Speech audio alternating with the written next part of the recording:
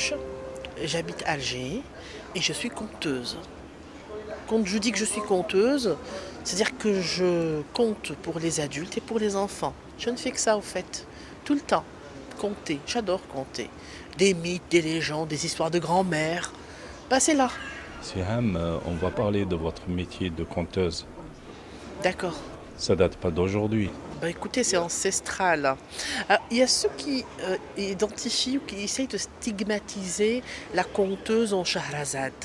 C'est-à-dire que, bon, quand on parle de conteuse, on parle souvent des mille et une nuits, bien sûr.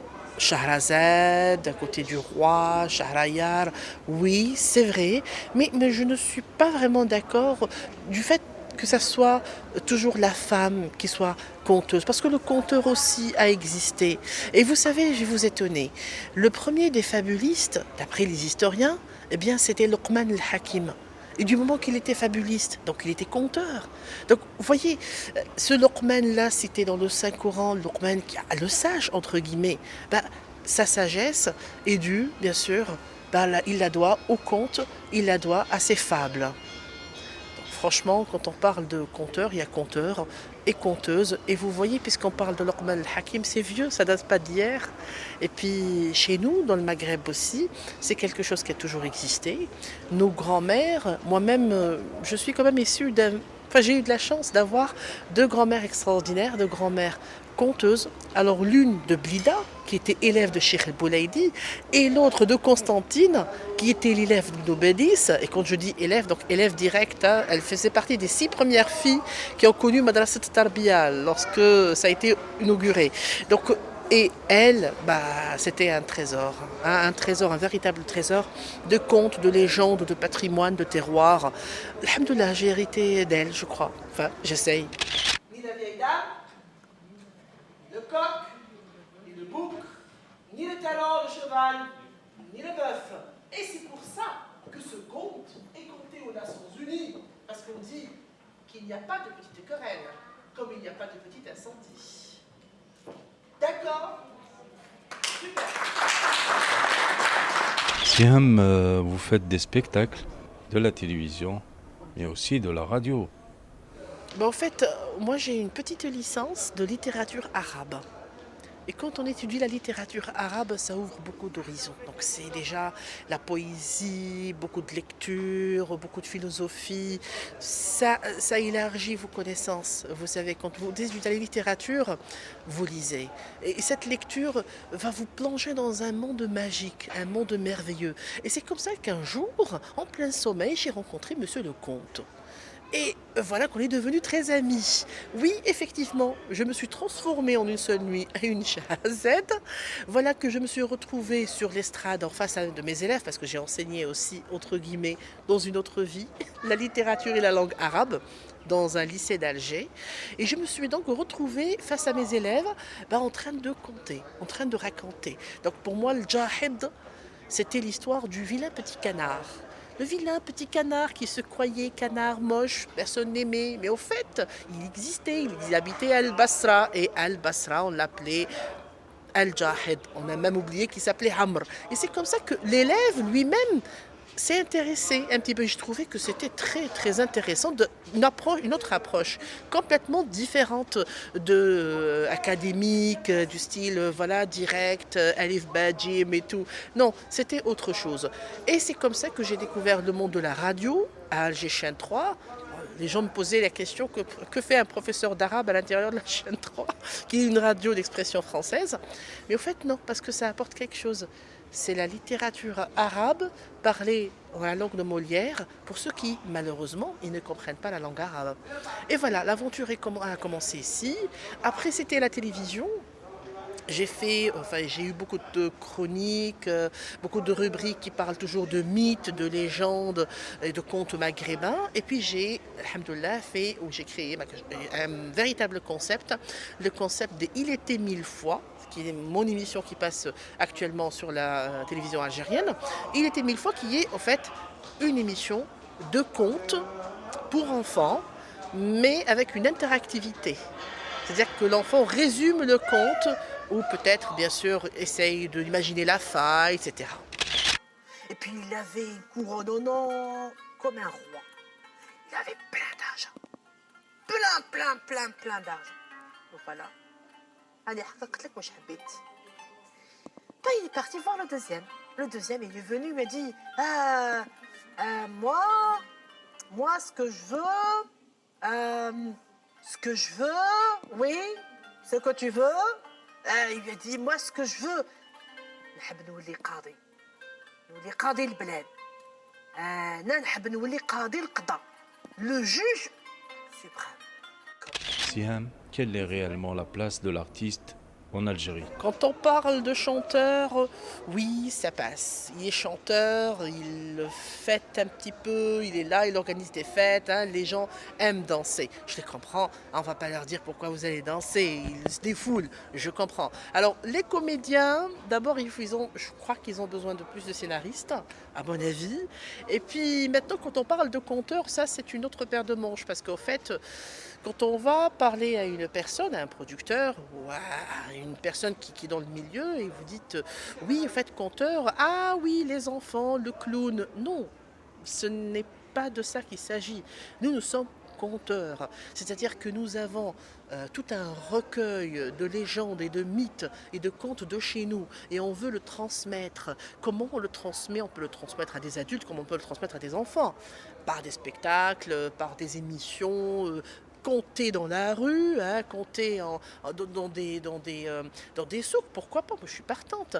Mais reste à comprendre le concept de conteur. J'ai l'impression qu'on a tellement, comment pourrais-je dire, on a laissé tomber cette tradition.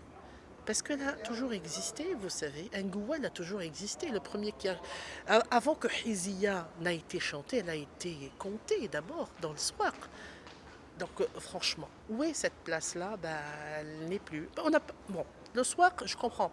On n'a pas beaucoup de temps. Hein. Vous savez, on vit dans une époque qui va très vite. Donc moi, lorsque je vais faire mon marché, j'ai pas le temps d'écouter. Les médias sont là, alhamdoulilah. Bon, on peut, à travers eux, un petit peu s'exprimer et tout. Mais ça reste, il y a du chemin à faire, je pense, oui. Ce nouveau domaine culturel qui est méconnu, ici en Algérie, mais aussi en France. En France aussi, il est un peu, on va dire, nouveau. Il est ancien et nouveau tout à la fois. C'est vrai que c'est très très ancien, c'est très vieux. Mais bon, c'est vrai que ça revient. Maintenant, ça prend d'autres dimensions. Ça devient un art de récit, un art de scène. Et c'est ceci qui nous manque franchement. Parce que, bon, on parle de Gouel, on a toujours cette idée de Rshabia, de Bendir, le Swag et tout, Gouel. Non, parce qu'un conteur, maintenant, il joue avec la parole. C'est un poète. C'est un magicien de la parole.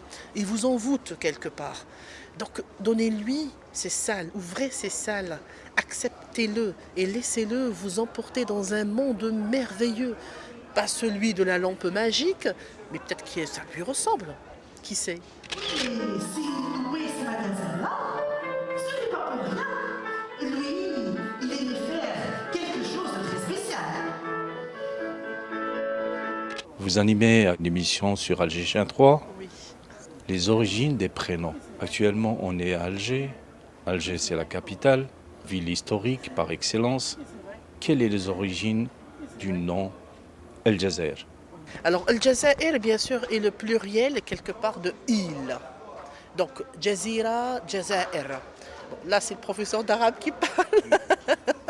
Donc, Jazira, Jazair, pourquoi île? Parce que c'est vrai qu'il y avait un ensemble d'îlots, bien sûr, en face de l'actuel Casbah. C'est vrai que, avec la colonisation française, il y a eu Alger qui a avancé vers la mer. Il y a eu des digues qui ont une extension de la ville, si on veut. Mais ces endroits-là, c'était plein d'îlots, il y avait plein d'îlots. Donc les Arabes, quand ils arrivaient là, justement, ils arrivaient jusque-là, ils disaient Bilad al-Jazair, là où il y a beaucoup d'îlots. Bon, il y a une autre signification, il y a une autre lecture, si vous voulez, une interprétation, qui dit le Jazair parce qu'elle est entre mer et Sahara. Donc elle est comme isolée. Il y a la mer au nord et puis il y a le désert au sud. C'est une île, mais une île avec deux faces différentes. Une qui donne sur le Sahara et une autre qui donne sur la mer. Moi, c'est la deuxième qui préfère parce que ça mène à l'imagination et j'adore cette explication. Voilà. Elle existe, c'est une théorie qui existe, c'est une théorie linguistique, historique qui existe. Je l'aime bien. Moi, je préfère que la première. La première, c'est carré, c'est cartésien, il y a des îles, donc c'est le Jazair. Mais là, c'est poétique. Et puis, en dernier mot, enfin, bien sûr, le Jazair, c'est moi, tout simplement, je pense. Quels sont vos projets? Oh, là, oui, ben, Inch'Allah, beaucoup de spectacles nationaux, bien sûr, sur le plan national et le plan aussi international. Bien sûr, on essaye d'exporter le conte maghrébin. On essaye bien sûr de lui donner un véritable visage. Il est mal connu, il est très mal connu. Des fois, je discute avec des conteuses françaises. Elles connaissent très mal le conte maghrébin. Et un jour, une conteuse française m'a dit, bah, ça m'a franchement interpellée. Elle m'a dit, moi, ce que je sais, c'est que les contes maghrébins sont brutals. Il y a toujours du sang, il y a toujours ce côté occulte, ce côté fantastique de l'ogre qui fait peur. Alors que non, nous avons des contes d'amour extraordinaires. Nous avons des histoires extraordinaires, des histoires qui deviennent universelles. Prenez par exemple le conte de Semanda.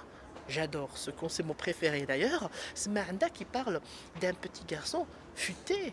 Et puis écoutez cette appellation, Smaanda. Je connais Smaanda. Personne ne peut écouter ou entendre la rosée, mais lui si. C'est-à-dire qu'il est tellement éveillé et qu'il est tellement rusé qu'il arrive à ses fins facilement. Et voici nos contes. C'est nous, quelque part. C'est notre miroir. Ça a toujours été le cas. Qui nous comprennent. Voilà, c'était une belle histoire. Vous avez aimé? Oui, Nassim. بزاف شابه تعيش شحال شابه ان شاء الله يا ربي نسيم يكونوا عنده اخوه واخوات ياخي d'accord alors merci de nous avoir suivis j'espère que cette histoire vous a plu. Notre communauté franco-algérienne suit cette émission sur Canal 9. S'il y a un message à passer à cette communauté, c'est lequel? Je vais regarder directement à la caméra. Écoutez, ne coupez pas. Il y a toujours ce lien, il y a le sang des Algériens qui coule dans vos veines. Connaissez et apprenez à connaître ce terroir, ce patrimoine qui est magnifique. Apprenez par exemple la signification de vos prénoms. Ben oui, Halima n'est pas Hakima et Hakima n'est pas Karima. C'est quelque chose d'immense et d'extraordinaire. Donc l'Algérie, c'est un trésor. Et le patrimoine et le terroir maghrébin en général, c'est un véritable trésor à ne pas perdre et à ne pas rater. Et surtout pas, il ne faut pas passer à côté. Voilà. Merci Siham de nous avoir reçus. Mais je vous en prie. Ici. Merci beaucoup à On vous. vous donne rendez-vous, Inch'Allah, très prochainement. Pour d'autres, on va vous suivre. Inch'Allah, merci. Voilà. Ça me fait plaisir. Merci. Franchement. C'est réciproque. Partagez. Ok, merci. Très bien.